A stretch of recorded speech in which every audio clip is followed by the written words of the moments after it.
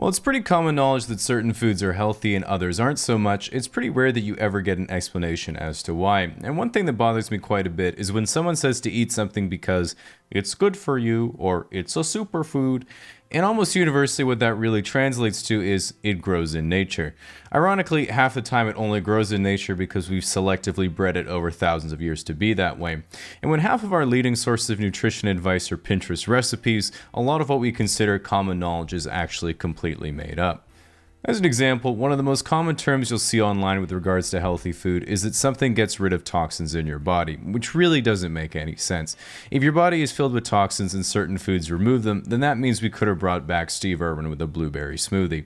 In reality, almost all supplements or foods that get rid of toxins are really just laxatives or diuretics, so it makes you feel like they're somehow flushing something away, when in reality you could have just put 3 shots of vodka in your latte like a regular person.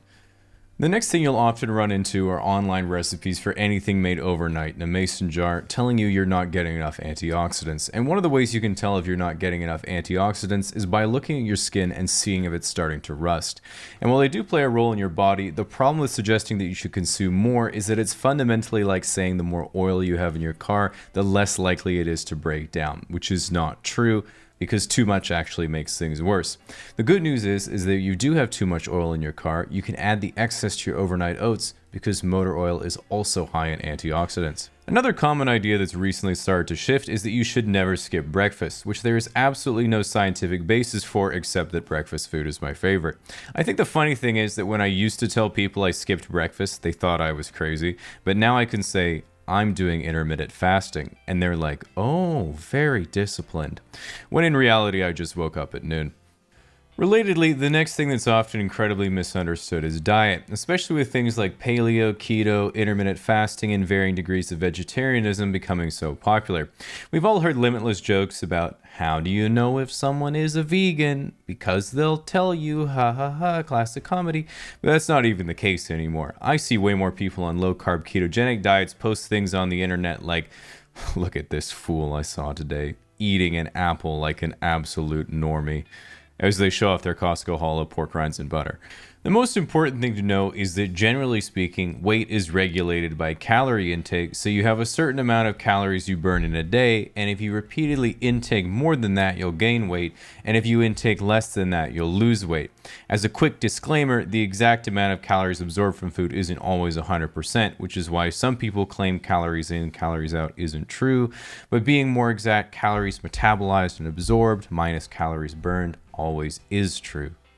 Now, for the average person, the amount of calories burned is around 2,000 to 2,500 calories a day. Then the generally accepted rule is that there is 3,500 calories in a pound of body fat. So say you wanted to get thick because it's 2019, you would have to eat roughly 500 calories above your daily maintenance for 71 days to gain 10 pounds.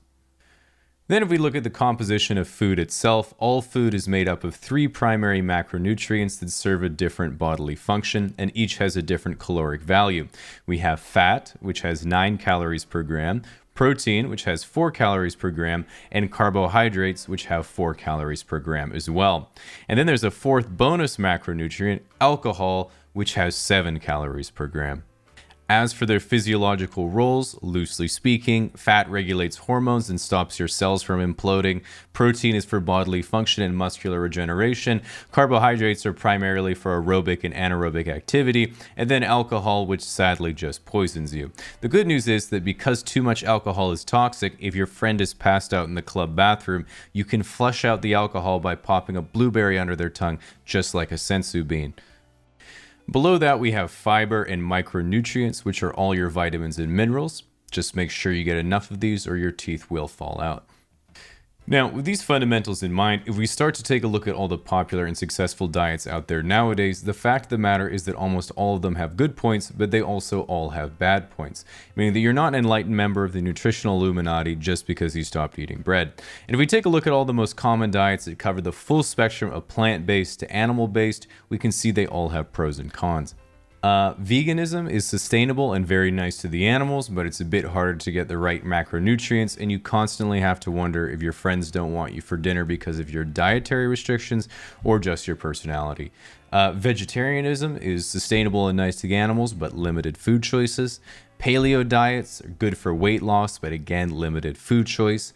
Ketogenic diets, very good for weight loss because it massively regulates blood sugar, which affects cravings and appetite, but it's extremely limiting in terms of food choice. Not very good for anyone doing anaerobic sports because there are no available carbohydrates, but it's actually not bad if you run ultra marathons. So next time you go for a 100-mile run, make sure to bring your pepperoni holster.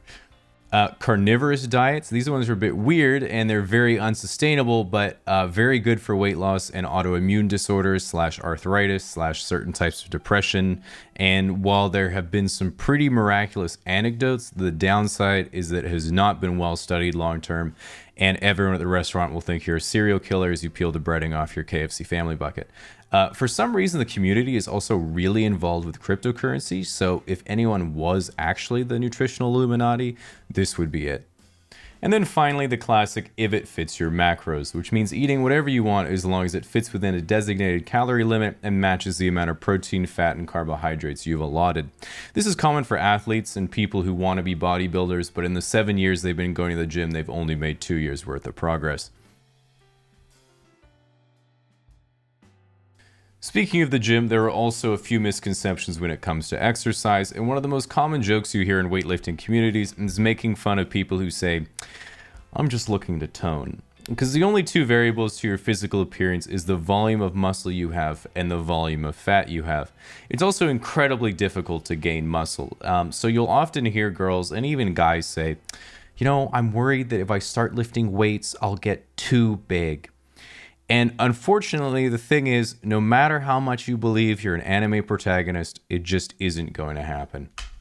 Ultimately, there are two main ways of improving your physical health through exercise, which are strength training and cardiovascular training. In other words, how strong is your bod and how strong is your heart and lungs. And while even 30 minutes to an hour of walking a day is enough to make sure everything keeps working, further training at the gym is not only a good idea, it's a lifestyle where you can lift a heavy thing now so you can be in pain for a while and then lift a slightly heavier thing later, or ski on the elliptical until exhaustion so that once your heart eventually recovers, you'll have more love to give.